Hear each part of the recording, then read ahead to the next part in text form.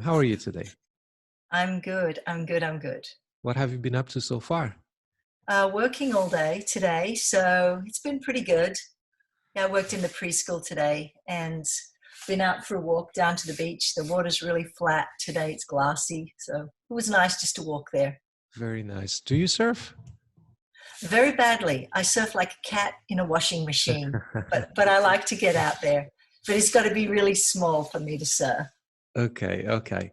I can't hear anything about surfing anymore now. My friends are surfing in Australia, in America. It I'm not surfing. I have been surfing for 2 months. It's very, very painful. must be very frustrating for you. It is. It is. We should kind of swap shoes. I like to look at it, but I get really frightened of big waves. So Right. I like to watch it. Planning to go maybe by the end of the month of May to Portugal with a friend. He's gonna Oh, come and pick me up fantastic. from here. He's also in Germany and but in Frankfurt. So we planning to do a little road trip, which is I'm really excited about. Hopefully, just the restrictions are and the safety rules are a little bit more relaxed, so we can move and enjoy as much as we can. Fantastic. Hmm. Oh, wow. What part of Portugal? To the are the big waves aren't there at the moment. They were just recently there, weren't they? They are usually in the winter of Europe, so this northern Yeah. hemisphere. It's between December and January, I would say. Late November, already you can see Yeah. the beginning of some big waves, Cool. but not that's not nothing for me. Nothing. So we go You just like the big ones? big ones, but not this kind of big ones, not the huge Okay. ones from there. Yeah.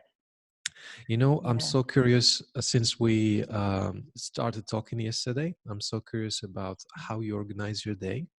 But let me first introduce you and let me know if I have missed something from this list. I have a big list of introductions here. So you are a Okay. chair of the board of directors and also Well, president of Surfrider Foundation Australia. yes, I stepped down from the chair position just a few days ago. I just Okay. announced it a few days ago. I think I saw that one. That's what made me think about getting in touch with you. But let me go on Yes. with that. And then you're Yeah. also the president of the Surfrider Foundation, correct? South Coast branch, yes. Yes. You're also ambassador at the Wave Changer, a crew Yep. member of Expedition, a climate Yep. reality leader, a board member of Citizen Blue, the director of Planet, an early childhood learning center, and Yep. finally an international flight attendant. Did I miss something? Yes, I'm also on the board of directors of the Boomerang Alliance, which is a group of many different environmental, or the leading environmental organizations in Australia. It's called the Right. Boomerang Alliance. I think there's maybe 54 different entities, or it could be 48. I can quickly Google that if you need. But it's many, many environmental agencies. No, no, but hold on a second. How can you be active in so many things at the same time? Well, the environment means so much to me. And I just kind of fell into all of these roles. And people say, will you do it? And then I think, oh, and I always say yes. I find it hard to say no to people. Okay, but so did they approach you, or did you make Yes. so you made Yeah. yourself visible and expert on the field? No, people have approached me for these things. Yeah. Why For so? Why did they approach you for that? I think I have a lot of energy. And most of the time I do, to be honest. So um, I'm happy to use my voice for the environment. So someone has to speak up, and if no one else is talking, here I am. Okay, so what do you mean here specifically by energy? You mean the energy that we need to run a lot of things in the same time, or is it like more the positive energy from within to be expressive and Yeah, look, I think it's more the energy from within and the positivity. I think that's what's really needed in the world at Mm, this time. mm, Um, I'm pretty good at prioritizing things, mm, and I know how to organize my day quite well. mhm, I wake really early and I kind of think what needs to be done today. And yeah, there's a lot of like stars in my calendar. This one really needs to be done. So, mm, look, I just think it's about applying yourself and seeing where the gaps are and going for it. So can you run us through a normal, typical day for you? What time you wake up? What do you start with? Okay, usually in the morning, I wake really early. Like it's not that I have trouble sleeping. It's just that there's so many exciting things happening in the world that I like to get to the day quickly. Usually the first thing in the morning is go for a swim. I like swimming in the surf. Well, what time you wake up? Oh, I wake really early, but I anywhere between 4:30 and 5 o'clock. But Wow. then I go for a swim usually just after sunrise. I like swimming after sunrise. I go for a bit of a walk on the beach. I'll clean the beach. I'm really lucky and blessed that I live near the water, and I live in a small seaside community. So I have the opportunity to have the beach often to myself. It's lovely. And so a swim is the first thing that really clears the head. And then depending on what is happening on the day, I'm juggling my work or activities with the environmental organizations that I'm involved with, answering emails, doing a lot of phone calls. It's a lot of networking, and it's an awful lot of talking with people all around the world. I find it tricky to coordinate what time, because people say, oh, I'll talk to you at 4 p.m. And I'm thinking your time or my time. And yeah, anyway, so that's interesting, but the days are always interesting, and I love the mornings. I'm a morning person, and my best ideas are formulated in the really small hours of the morning when I just wake and then ready to go. And you said before that you think about what you need to be doing during that day in the morning, or do you already have a plan from the day before? You know what you're going to be doing the day after, or like even, I don't know, on a Sunday, for example, you have a plan for the whole. Yeah. Usually I'll look at my week at the beginning of the week and see what's coming up. But yeah, on a pretty much from the morning, I'll prioritize things that need to be done each day in the morning. I love the morning, and my best work is achieved in the morning. That quiet time in the morning is so precious. Yeah, absolutely. It's It is. your me time where you actually, I also like mornings. I'm a morning person. And those early hours where everything is still quiet, there's no distractions, nobody buzzing you, nobody reaching out or anything. That's the time where I actually recharge. And your Yes. morning routine sounds very nice. Oh, I think so. Yeah. I like the swim part of it. It's pretty cool. Oh, I like that too. Anything else also you do in the morning, like some kind of personal routines? I've tried meditating, but I don't know. Maybe I do that. I'm not sure, but I just need to get up and go. I'm really quite energetic. I feel like Mercury in a bowl most of the time, and there's so many things that are happening that I really like to tick off my lists and get them going. I have a great sense of achievement when I can get through things. So. Right. And then so you mentioned the list. Do you have a written list hand on paper, or like more rather a digital version with ticking boxes? To be honest, I was writing them down, but most of them are in my head. And then I tend to be very fluid. So I'll start on one, then I might get distracted by something, but what I'm distracted by is kind of important. So I'll spend a bit of time on that, and then I'll go back to what needed to be done. I like to memorize things like letters, like, like, I don't know, like if my activity is, I don't know, I'm just trying to think. I'll think like bananas, mangoes. I like fruit. I think in terms of fruit. I know that kind of sounds a bit wacky, but things like that help me stay on task. Right. You see, some of my clients, they are very ambitious and they want to do a lot of things. I'm thinking about one specifically here who's in the same time studying, running a nonprofit, working hard as an athlete to climb her and improve her career, athletic career. Want to run retreats in the same time, but what happens usually is that they kind of suffer from goal competition. Let's call that goal competition. So a lot of goals in the same time, and imagine they are in the center and they have to go right, left, front, and back, and they don't put enough energy into one thing to make it work. But it seems like for you it's a little bit different, isn't it? Well, I don't know. Look, from a young age, I was a competitive ice skater. So I'm fiercely competitive. Mm-hmm. Like when I was when I was chairing Surfrider, my goal was to make it not only, really out there and the biggest in Australia. I want to get Surfrider Australia huge in the whole world. So competition to me is important, not in a negative or destructive way where anyone else is hurt or hindered, but just in a way that it can really build this agency, and then that makes a nice wake for others to follow. So I like to grow things in a good way, but I'm also like fiercely competitive. So what you're saying about your friend who has all these different arenas happening, I can relate to that, but I'll focus on what is the most important. So for the past 8 years or so, Surfrider has really been my driving force because my children are already grown up. They're quite independent, so they're no longer as needy of me.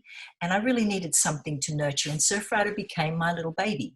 So it was focus on that. And I've got other things that are happening, my work, which is really important, but we work to keep the machine going, but it's those inner passions, it's those inner things that, that wake us at night when we're really excited, that we want to wake up to in the morning. It's those ambitions. And that's what Surfrider really was to me. It was my project, my ambition, all the activities that we had going. I wanted to make them big. It was important to spread the word about the things so that everyone could join in and celebrate what I thought was a really great thing, and what I still believe is a really good thing.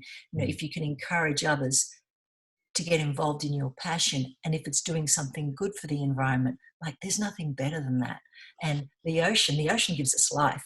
So to me, doing things for the ocean that's like the biggest service. I felt like that was my calling in life. Anyway,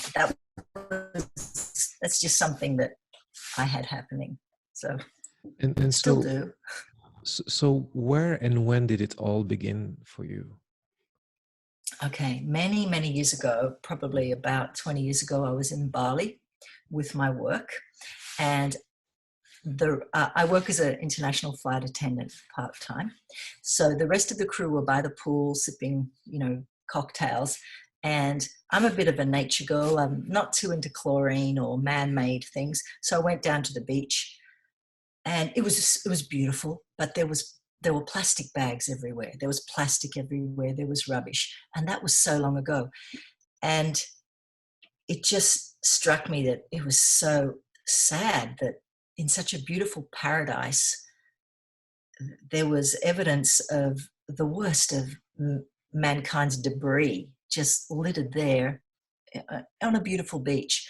So I walked back to the hotel and I bumped into one of my crew members, and he said, "What's up? You look really sad. What's the matter? What's happened to you?" And I said, "Oh, that beautiful beach has just got plastic and rubbish. I don't think I can do this.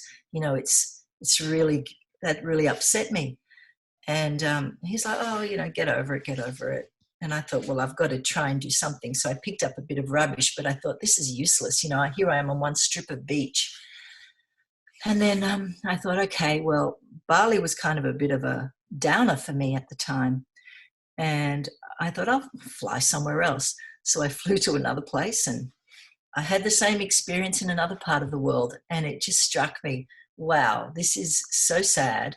I can't let my world get smaller and smaller because my eyes are only seeing the rubbish. I have to change this. I have to turn this around so that I stop seeing the rubbish, and so that I use my hands, my powerful body, my voice to fix this. And then I fell into I was involved with environmental organizations and thought, wow, I've got a voice. I can use it.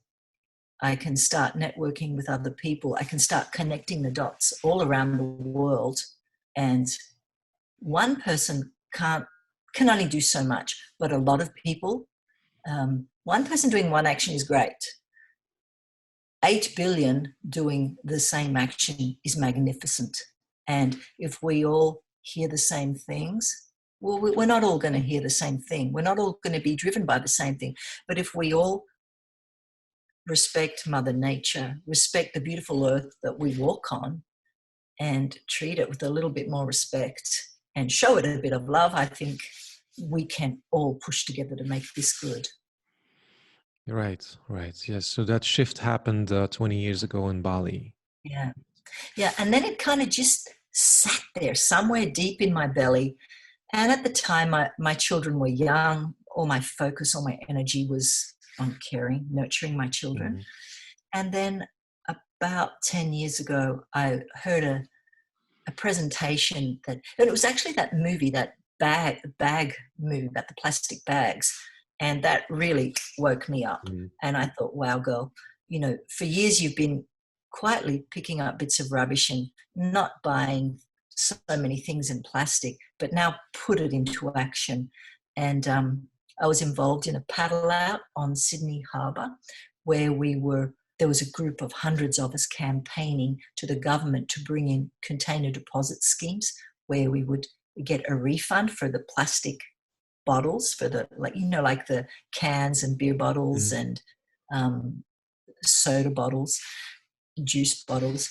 And I thought, we have to let the government know that we want these bottles being recycled so that they don't end up in landfill, because landfill eventually, goes to the ocean. I believe we all live downstream, and whatever you put on the earth, it flows back to the sea. So I was involved in this paddle out, and that's where I met the Surfrider crew. And they said, hey, where do you live? And I told them I lived on the south coast, south of Sydney. And they said, do you want to get involved with Surfrider? And boom, it happened. And then I quickly surrounded myself with like-minded people, because in my community where I live, it's a coastal seaside area. A lot of people surf, swim. They're really outdoorsy. And it was easy to find people that really cared about the environment. So, it was so easy to find a cohort of people who shared the same values. And the branch grew. And the more it grew, I realized it's not just old people like myself that need to get involved. We really need to bring the youth into this. So I was running a preschool, and I shifted the whole focus to caring for the marine environment. And we started the program in the preschool, and it was really popular. And the children were going home and educating their parents. And the parents would come to me and say, wow, what are you doing with our kids? Like we go to the beach, we can't have a day at the beach anymore. It's about picking up rubbish. But I said, but it's not about picking up rubbish. It's about keeping our environment beautiful and respecting the ocean. Right. Were they complaining or quite impressed? No, they were impressed. I don't think they were complaining. Yeah, they were impressed. And so it all kind of grew from there. Yeah, it is so important to teach these things in an early stage to our kids, right? Absolutely. So that makes me think, who were you before? Because I believe the shift happened probably in Bali when you 20 years ago. Sorry, apologies. No problem. But there must have been some sort of interest in the back before. How was your childhood like? Who were you before even all of that? Well, are you from Sydney originally also? Are you from that same area? Yes. Yeah. I was born in Sydney. Yes. Yeah. And I lived in Sydney all my life on Manly Beach. Mm-hmm. And I moved down to the south coast when my children were born. But as a young child, I remember one day our class was walking to the library. And we used to walk along the beachfront to the library. And there was, this is kind of unrelated, but it is important. There was a place where it was like a hospice for young children who were fostered. There was a lot of disadvantaged children there. I grew up in this, I was born in the 60s. So there was still a lot of inequality for Indigenous Australians, for our Aboriginal community. And I remember saying to my teachers, why are these children behind this cage? Because they were behind a fence, and it was like when you would, this sounds awful, but when you would go to the zoo, you know, there'd be the animals behind the cage. And I said, why are the children playing behind a cage? And the nuns, my teachers, said, those children don't have a family like you do, and they don't have good food. They're not very healthy. So that's why they are holidaying here. And that struck me as really crazy bad. And I said to the nun, what do you mean they don't have food? And she said, well, at home you have fruit and vegetables and you have healthy food, but these children aren't given the same opportunities as you.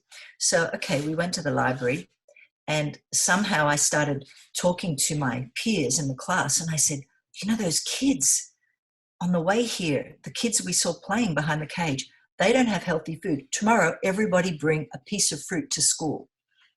So I said that to all of the kids at school. That message spread like wildfire through the playground. And the next morning, all these kids said, we've got the fruit. And I didn't have boxes or anything to put this fruit in. So across the road from the school, there was a greengrocer, a shop. I said, do you have any boxes, please? I need boxes to put fruit in. So the man gave me a few boxes, and there was maybe 3 boxes full of fruit. And anyway, the nuns found out that I had been collecting fruit without their permission, without telling it to any teacher. I was 9 years old at the time, and I remember being caned for it. How dare you organize something without asking the school principal and without telling your teachers? You know, how dare you put this upon you? And I got in trouble, and my punishment was carrying these heavy boxes to the children and then, you know, leaving it at the office. And I thought that was so unjust and so crazy.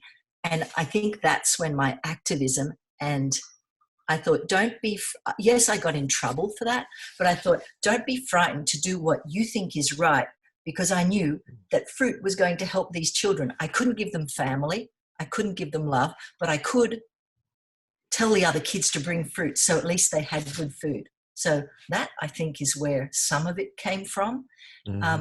I was never rebellious. I was not naughty, but I had very strong ideas on what was right and wrong. And I was not afraid to say what I thought was right.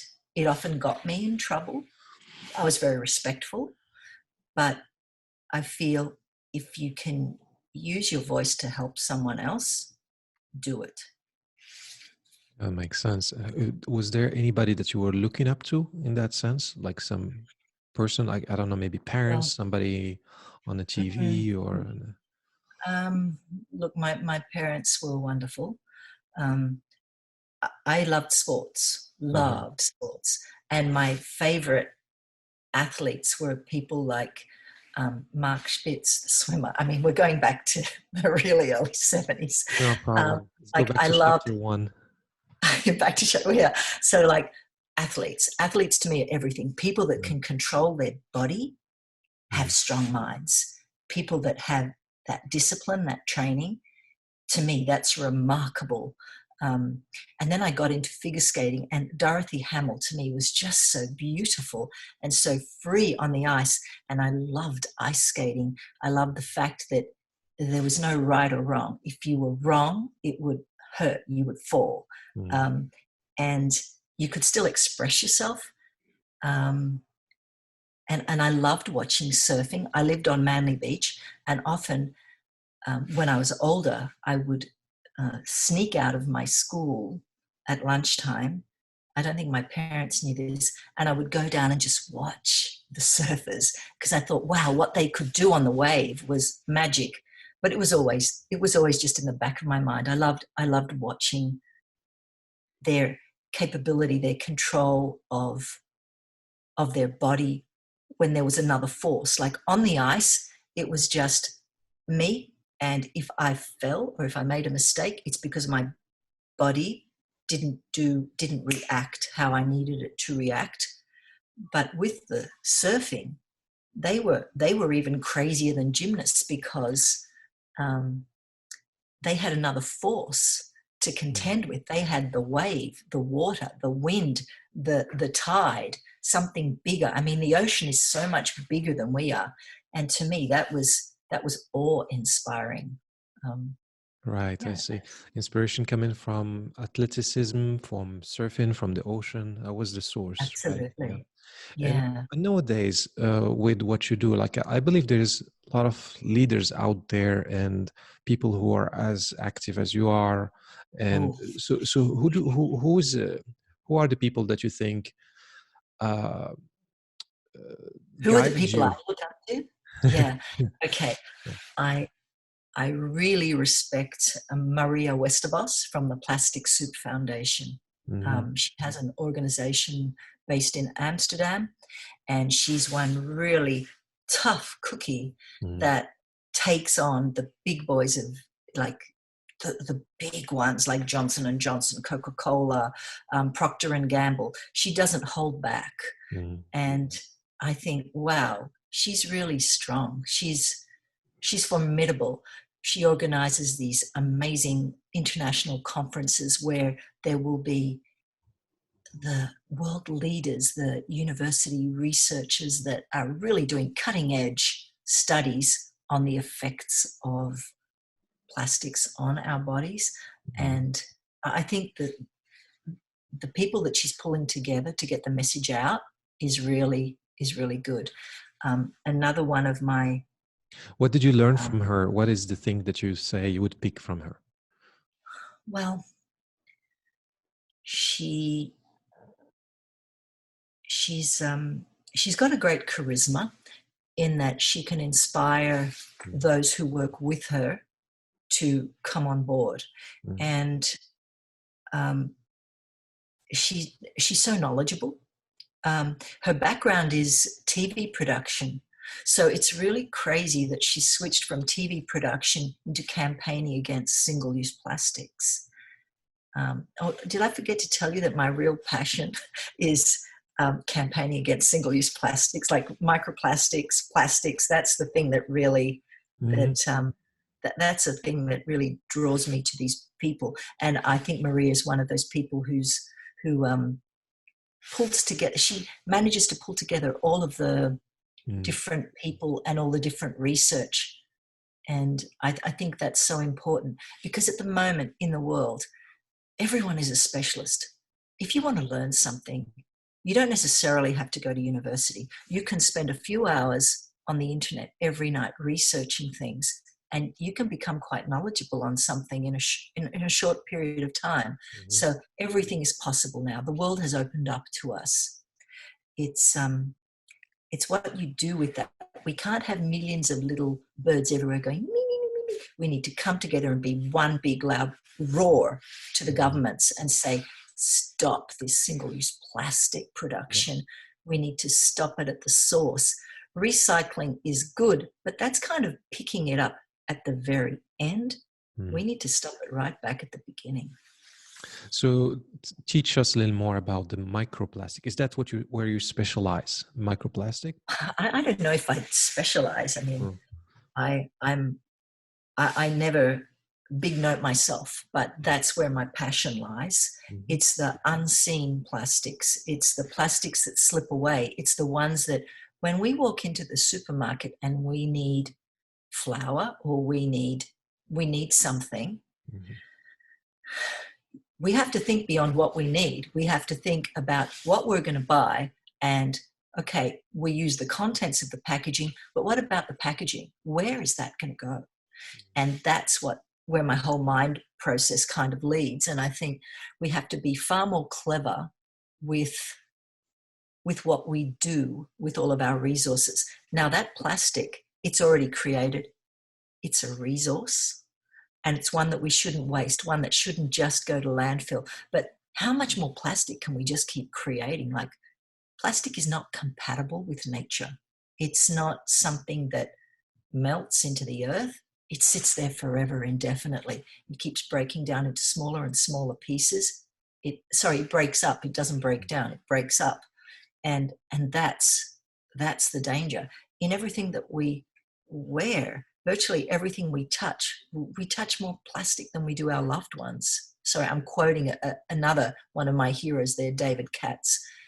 I heard him speak, and he said, we touch plastic more than we do our loved ones. But that's true. We do touch plastic everywhere. It's there. And I think we just have to kind of be a bit more mindful of how we live and reduce our dependence on plastics, particularly single-use plastics, which are the superfluous ones, the ones that we don't really need, and try and get a better quality of life. So what do you find the most challenging in what you do? Is it like putting the message out there? Is it rather making big organizations change their approach to using plastic? What is it that is most challenging?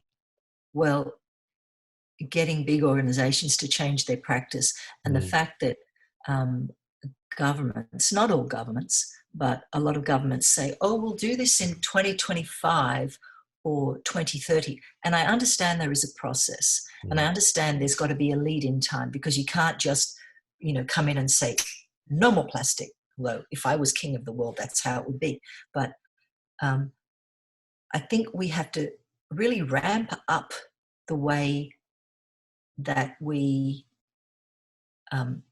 why do we accept that it is okay to keep doing it for the next 10 years, 9 years, 5 years? We should now already be starting to start the motion to change the process. And, the big boys that make this plastic, make them accountable. Okay, you have a product, you sell it, it has to come back to you. I don't know, because it can't just keep going into holes in the ground. We can't keep digging holes in the ground. We got too much plastic happening. It's everywhere. It's everywhere, and it's leaching into the ocean. It's breaking up. It's, even when we wash our clothes, it's in each washing load. I suppose your question, the hardest thing, getting the message to the big boys to change, also getting the message out and waking up the consciousness of people. But there's no finger pointing, there's no blaming. Everybody is on the journey somewhere. And I think we all just have to support each other and help each other along so that we can wake up to the reality sooner. I mean, I'm still a beginner. I speak to my heroes and I think, wow, I know nothing about this. I'm constantly learning, and I think we all have to support each other on the journey and get to that realization a lot faster. The current situation in the world is interesting because a lot of us are looking to go into our gardens. I mean, I don't know what it's like in Europe and in the States, but in Australia, people are starting to grow vegetables, grow herbs. I've kind of been successful with the herbs. The vegetables, caterpillars are all over them. And it wasn't until the leaves were eaten and my friends were saying, oh, you've got to put, chili in water, stuff like that. But there's a realization happening now, and I think people are getting in touch more with what's important, and maybe all the stuff that we thought was so important, and the busyness and the overscheduling that was important a few months ago is not so important. And that's kind of what's dawned to me. It's not about how busy you can be, or all the titles, or all the jobs, all the roles. It's, like you said, maybe find one thing, make an impact there rather than juggling so many balls. And also, I was chair of Surfrider up until a few days ago, And I realized I can still do what I want to do, but there are people out there, and the new chair, he's fantastic. I believe he'll be able to really grow the organization and touch more surfers because he's very connected to the surfing community. And that's what Surfrider is about. So, hey, who better to lead the organization than a surfer who has a wide reach? I'll still keep doing my plastic stuff. I'm not going anywhere. But, you know, I felt it was time to hand the baton onto someone that could take the organization where it needs to go. And, you know, if we want to make it the number one ocean conservation organization, work with people that can drive it there. So, What yeah. skills one needs to have to be able to run such a purposeful mission? I think communication is important. I think tough skin as well, because, you know, you get a lot of criticism, you get a lot of unnecessary stuff coming at you. I think being a communicator is really important, and having a good support crew around you, finding Community. the right directors that believe that we all have the same common goal. Right. And finding those people, getting rid of the negative people, getting rid of the energies that don't focus on the mission, because it's about the mission. It's not about the personality. And, you know, in a lot of volunteer organizations, you don't have a say who you work with. And, you know, we're all volunteers here in Surfrider Australia. So you need as many people to help as you can. You just have to make sure that it's all positive.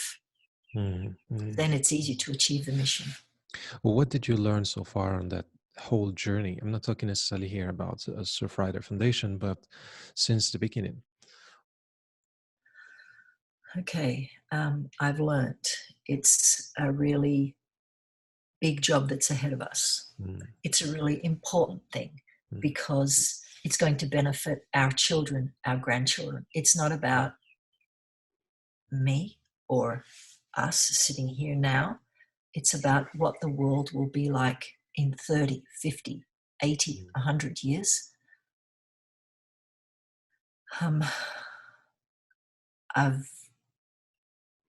I think you just have to keep looking at the end goal. And the end goal for me is a healthy ocean, a healthy earth, respect of our environment. Because if our environment is healthy, we thrive. So in times of challenges, when things were challenging for you specifically, like let's say, for example, emotionally, how did you navigate those challenges? What did you do to be more resourceful? Okay. First of all, depending if it was in public, I'd breathe, and then I'd go somewhere and have a big cry, come out of it 5 minutes later with an idea. You know, I think sometimes you have to hit rock bottom before you can bounce back up. And I think you have to look openly and honestly about, I'm not going to say areas where I failed, because failing is a good thing. Falling is a good thing. That's how you learn, how you get better. I think I'm when I say I'm a calm, controlled person, but I'm also, I have a strong sense of emotion. So when I said I went and cried in a corner, I literally did go and cry in a corner for a little bit, but so no one could see, and then come back, boom, and ready and clear how we're going to navigate out of this. And sometimes it's when you allow yourself to be weak and vulnerable, and when you're honest with yourself, that's when you can see the big picture, and that's when you can see the clear path out of there. I don't think you should ever kid yourself that things are just going to be easy and that things are going to come, because they don't. But I think it's just important to open up to your inner emotion and really look at yourself for what you can, what you can't achieve, and draw in people that can help you achieve what you need to do. Mm. Did that answer your question? It does answer. You say a lot of gems there in what you're saying. There's a lot of gems in what you're saying, and I'm I'm taking notes of that, trying to build my questions around all the things you're saying. But I don't know if we can have time to ask all these depths and all these questions. But we'll get into that little by little. What I wanted to ask you though was there for you a sort of mantra or sort of principle in the back of your mind that you always helped you stay there and be strong and be um, as good as you needed to be for the community, for the world, for the ocean, for yourself? Yeah. There are two things that really guide me. One is a friend of mine once said to me, we all live downstream, meaning we will all be affected by actions that happen further up the line. So we all live downstream. And I'm very mindful that I am one small part of a bigger picture. The other thing is, I always believe if you want to get something done, you don't go to the receptionist of the organization or I believe in going straight to the top. So I never like to waste my time having to break through the layers to get to the top person. I go straight to the top and never have fear to do that. We are all just people. And one thing I learned as a flight attendant, we'd have many, many famous and celebrated people on board. And, you know, we are groomed and told how to behave with these individuals. But I've realized they're just individuals. And we all are not frightened or nervous of each other, but, you know, everyone has the same insecurities and inhibitions. So I learned from a very young age, if I need something, don't speak to 5 people before you, like if you want to get something, you go straight to the top. You know, as a young kid, if I wanted that job, I wouldn't do this for a few years to train to get eventually there. We are in a hurry. Just if you know where you want to go there. Don't be frightened. Go for it. If they say no, if the person doesn't really want to know you, so be it. But I promise you, they will be curious as to who do you think you are coming straight to me? And that's what's happened so many times in my life. I went straight to the top and they were like, no, you can't have an appointment with that person. Well, I'm talking to you. I'm not talking to anyone else. I don't want to talk to your assistant. Just go there. And that's really helped. Do you take a no for an answer? Do you think a no for a no? Well, do you know what? If I see something in my head, I see that in my head.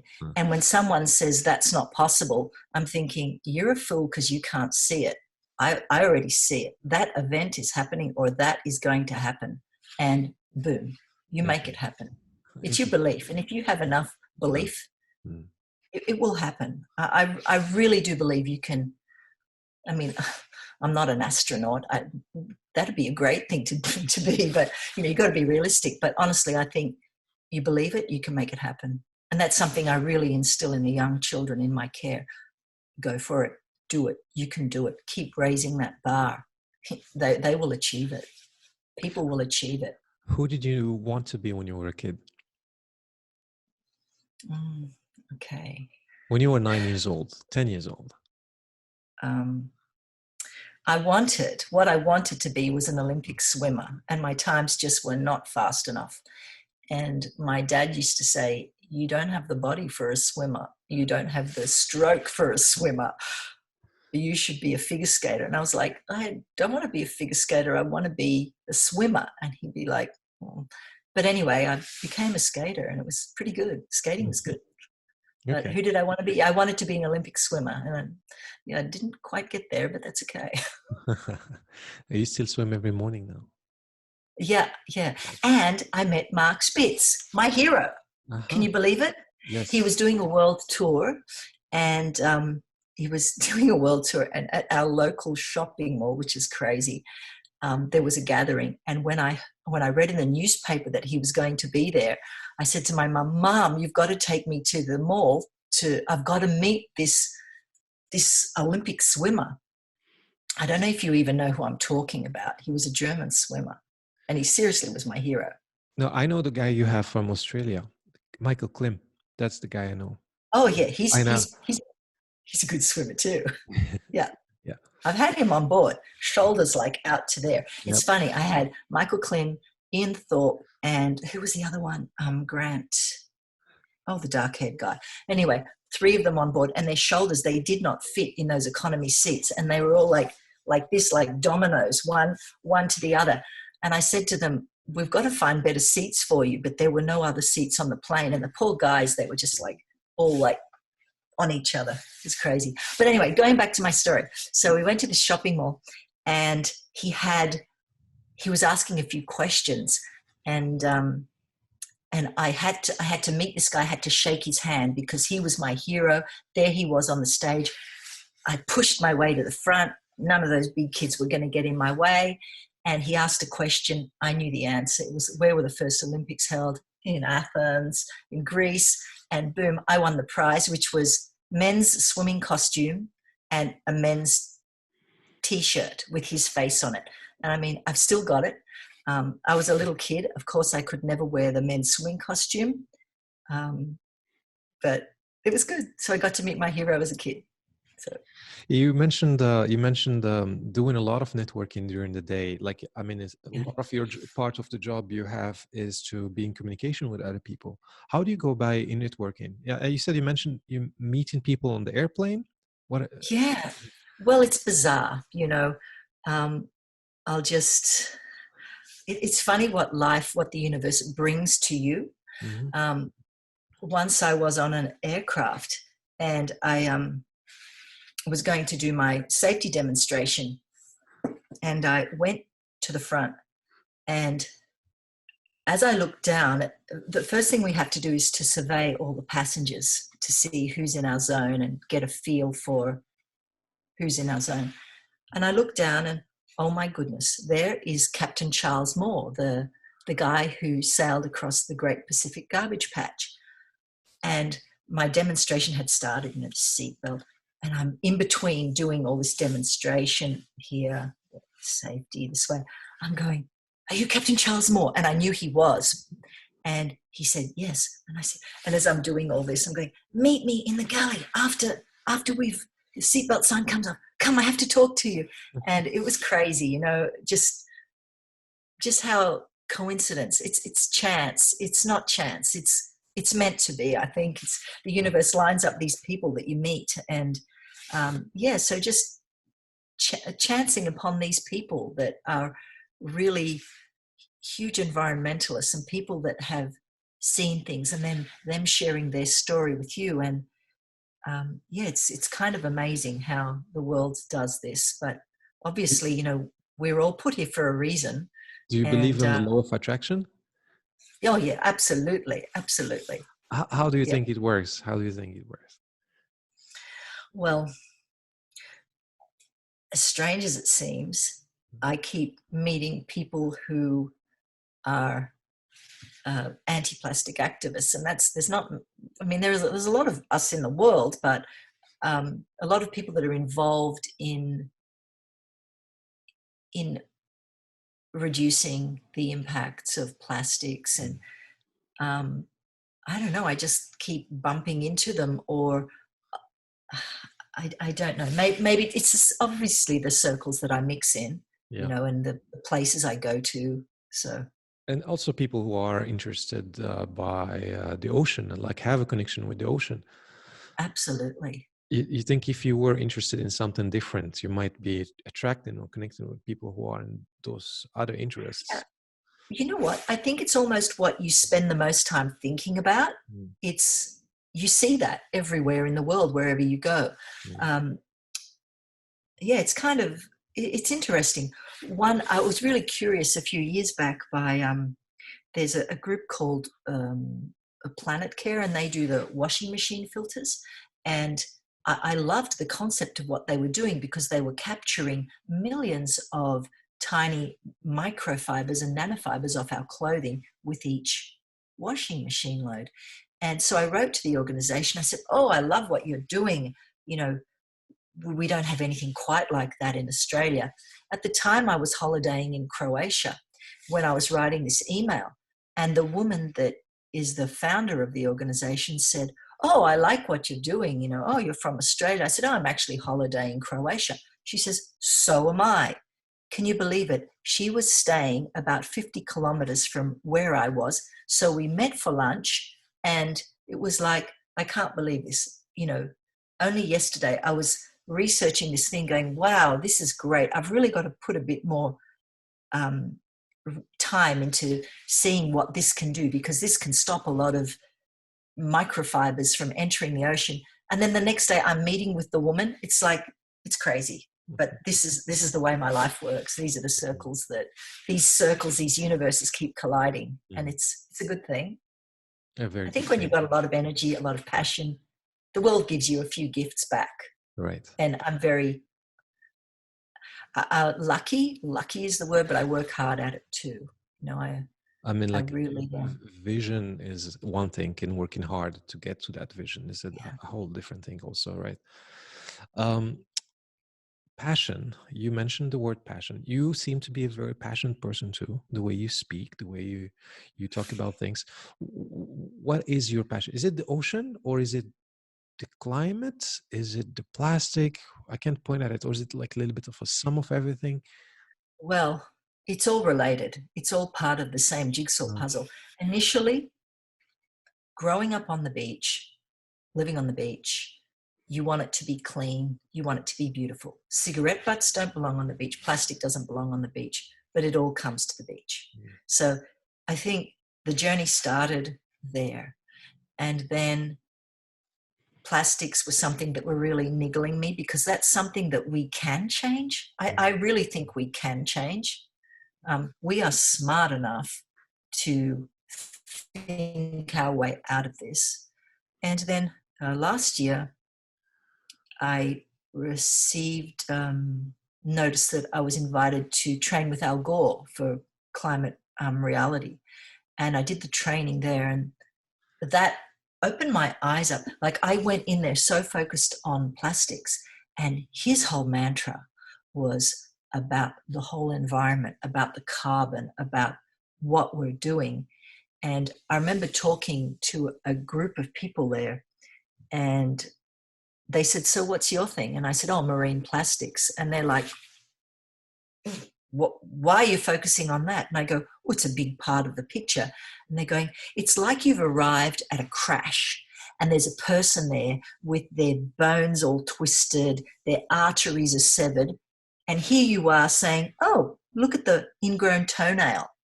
And she said, what you're focusing on, what you're putting all that energy into, is so irrelevant. And I was so hurt by that comment. I thought, no, I said, you're wrong.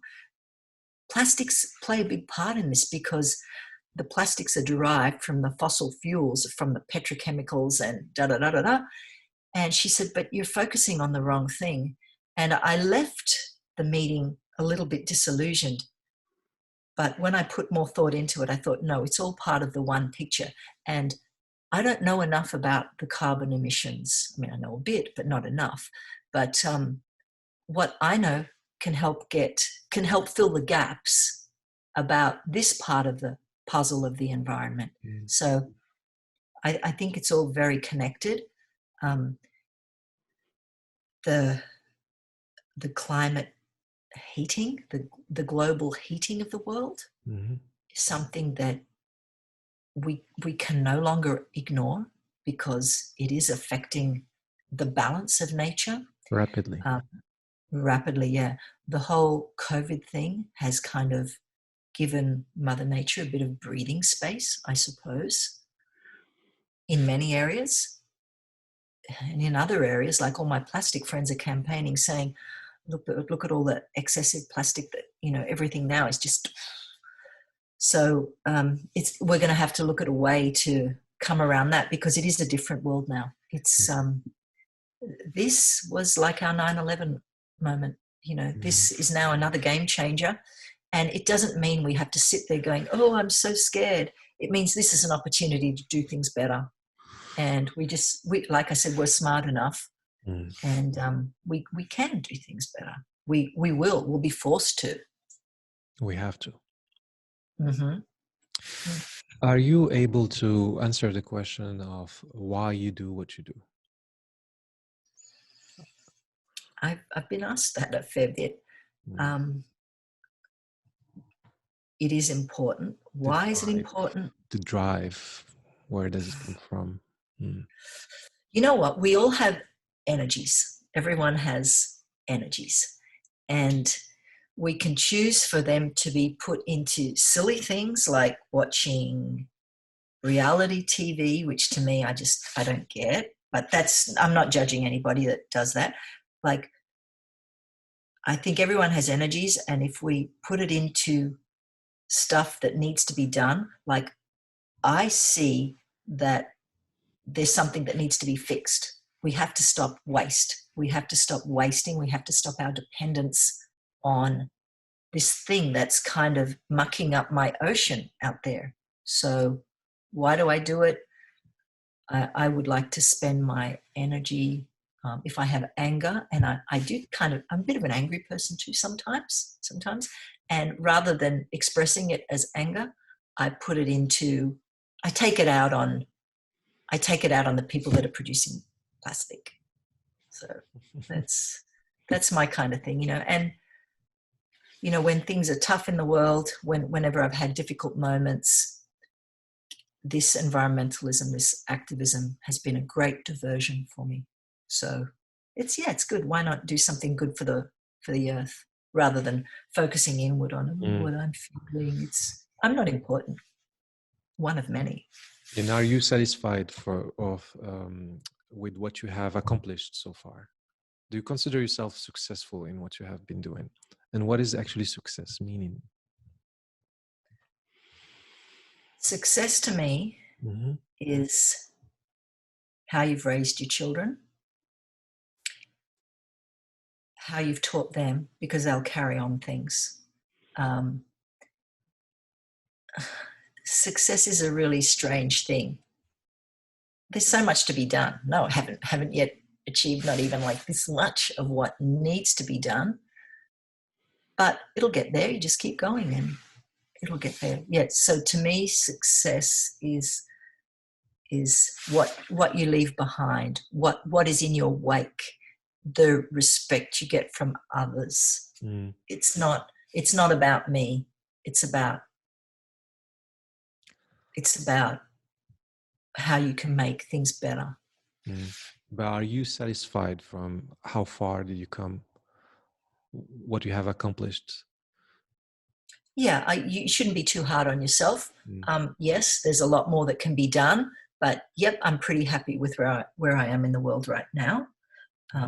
There's a long way to go. You can never learn enough. Knowledge is power. Education is key. And empowering others and educating others is, to me, the most important thing. What's next? What's next for you? So you said you quit the Surfrider Foundation, like from being yeah. Well, I've handed over the role, to Sean Doherty. He's going to do a great thing. He's going to take it to great places. What's next? I've got X-Expedition coming up next April. It was due to be this April, but because of COVID, that got cancelled. What X-Expedition is, it's a 2-year around the world sailing voyage, and I'm sailing between Tahiti and the Cook Islands doing ocean microplastic research. So we'll be sailing into the currents of plastic, and our course is navigated from the University of Hawaii, and a wonderful professor there is looking at the real-time eddies and currents of the world. And so we'll kind of be like sailing our way, not that way straight. We'll kind of be doing probably loop-the-loops and figure eights, following the marine debris and picking up as much as we can and seeing what we find along the way. So X-Expedition is coming up. I also want to get more involved with some of the discoveries, what's happening down in the Great Southern Ocean, down in Antarctica. So there's a lot more. There's a lot of questions in my head that need answering, and I want to go to these places to raise awareness about what needs to be done. And so with waves of change, what is it that you are doing right now? The Wave Changer? Wave Changer, yeah. Yeah, I'm one of their ambassadors. So basically they're doing a great job. They're looking at how the surfing industry can evolve into using materials that are more compatible with nature. So there's some really clever people involved in that organization. And I think Tom Wilson, who's the founder, he asked me to get involved because he knows I'm not afraid to speak. And I speak at a lot of conferences, and he knows I've got, so he said, "Oh, I'd like you to be an ambassador." And I'm like, yeah, I'm happy to do that. I'm happy to, anything that can make an industry cleaner. I think that's a good thing. And, surfers are so in touch with nature, but often the materials that they are using, like surfboards and wetsuits, they can kind of be contra to the whole thing. So there's some really clever people in that organization who are coming up with different materials that are more compatible with nature. And of course, we still want equipment that can aid performance, because it's, if you want to just go and surf on a plank, you still want the board to be able to move, and so it's finding materials that are compatible with nature and ways that can benefit nature. Right. How can people get involved? I believe a lot of the listeners will be looking up the interview notes and go on clicking on links and so on. How can this help them get more aware? Because you said raising awareness is important. So are we here talking only about industries or organizations, but also individuals who can help somehow? Do you know what? Some people are good in organizations, and some people just have their own drive. And I think if you see what's important to you, just start doing it, and it will attract, something will come to you. Like, for example, my whole journey started off from picking up rubbish on the beach, and my whole world was turned upside down, and I was really taken, into a different universe. And I love the fact that I've met all these wonderful people in different organizations. And I would say, find what's important to you. If it's just start doing what you think you can to make a change, whatever that thing is. Find your thing and start doing it, because everybody has something. An interest. Does that kind of answer your question? It does make sense, yes. But practically speaking, I guess we will be sharing a few links where we can get people to get involved, follow the information, whether it's, I don't know, on social media or directly on websites where there should be, for example, donations or things like that. Are they able to do this sort of things? Yeah, sure. Well, obviously I will say Surfrider Foundation, because Surfrider Foundation Australia, Wave Changer. If you're in Europe, the Plastic Soup Foundation, boom, they are so good. If you're in the States, Plastic Pollution Coalition, top. Algalita Foundation in the States, perfect. It really depends on where you are in the world. I think the world is a really small place these days. You can be anywhere in the world in 24 hours. So, we are all connected. you just find your thing. Like if you're a doer, if you're an adventure person, look up X Expedition, look up Homeward Bound, look up all these different organizations and start getting involved. You know, there's Mhm. the cause is huge, and there's never enough people to help to do it. Right. But many hands make light work. Yeah, I remember back when I used to live in Sweden, I was in a whole different field of work. I was doing something completely different. I was an art director in advertising. And I remember I quit doing that already one time when I was still living in Morocco because I thought it wasn't meaningful anymore for me. It was it was marketing, taking a product, making it look better than it is, sell it to people who doesn't even need it. And then when I moved to Sweden, I started doing the same, but on a different level. I was more excited again. I gained back excitement and joy on working in creativity and so on. But then there was again another point where I felt this wasn't meaningful. And I started looking at how can I channel what I do and do it for an organization that makes sense for me, that means something for me.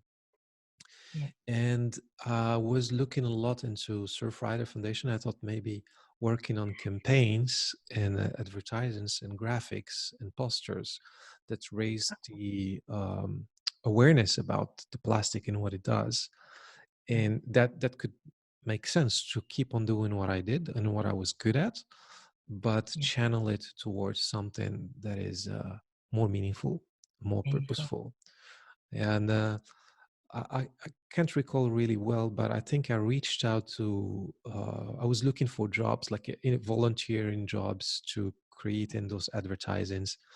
But before doing that, I wanted to have a portfolio that looked like I have done something for that. So I started just being creative on my own, making ad campaigns about plastic, ad campaigns about ocean, because those are Yeah, the two interests that I always had. Also, I was also grew up by the ocean, always being conscious um, about the environment and so on. Yeah, so the message I guess there for people is to they can also transfer their skills, what they are good at right now, whether it's in business or marketing or advertising or speaking, and see how that can help that, and volunteer with it somehow or channel it towards this cause, right? absolutely. uh, you hit the nail on the head there.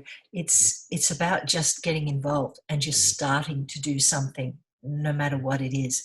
You know, I've been really lucky in that over the past few years, I've had interns come to me from, I've had many come from France, Italy, South America, a lot from Australia as well. Mm. And I've worked with these young people, and the first thing I say to them is, what lights your fire? What is your thing? And I'll say, oh, you know, what do you, and then they give me the answer that they think I want to hear, which is, oh yeah, I really want to protect the ocean. I'm like, no, no, no. What, yeah, we all want to do that, but what are you really good at? And then it's about bringing out Mhm. the good in the person. And then from there, seeing them just go, whoa, you know, they can do some really good things. So yeah, I think just everyone has a skill, find it, find an organization, or even if you don't want to attach yourself to an organization, just start doing something and then maybe offer your work somewhere to someone that will really appreciate it and look to see where that takes you. Beautiful. Susie, this was a really great conversation. I think there's a lot of gems in our conversation, what we said here. I do have two more little questions, though. I hope Of this will course. be. So, Fire them. if you can finish the sentence, life is all about. Service to others. Wow, that was quick. Good one. Happiness come from In me, I have to find it. inside, within, I hope that wasn't selfish, but you know, like I create my own happiness. I can be happy or I can be miserable. from Choose to be within. happy. Okay, Yeah. beautiful, beautifully said. Okay, anything else would you like to add before we wrap up? I mean, we are wrapping up. Look, thank you so much for this opportunity. It was really great speaking with you today. I just encourage your listeners to get involved, to do something, because we all can do something. And, it'll be like that one drop in the ocean. It'll just go out, and we can really make a huge impact if we all start doing it. Now is the time. Beautiful. Do you see, here goes again with another question. Do you have time for answering questions, for mentorship, for guidance if somebody reach out to you? Absolutely. And I'd like you to put my contact details out there, because I believe it's really important to help others. And, it's about passing on the baton and letting others do things, because, the youth, they're so fantastic. And I think they can offer the world so much. And I'm all about that. So let's go. Let's do that. Okay, thank you very much. I see that it's getting darker Thank behind you. you. So I see it's getting darker. The light is getting darker behind you. It's been an amazing sunset here. Yeah. Look, thank you so much, My and pleasure. all the best to your listeners. Thank you. Thank you, Susie. Have a good Take evening. care. Bye. Bye.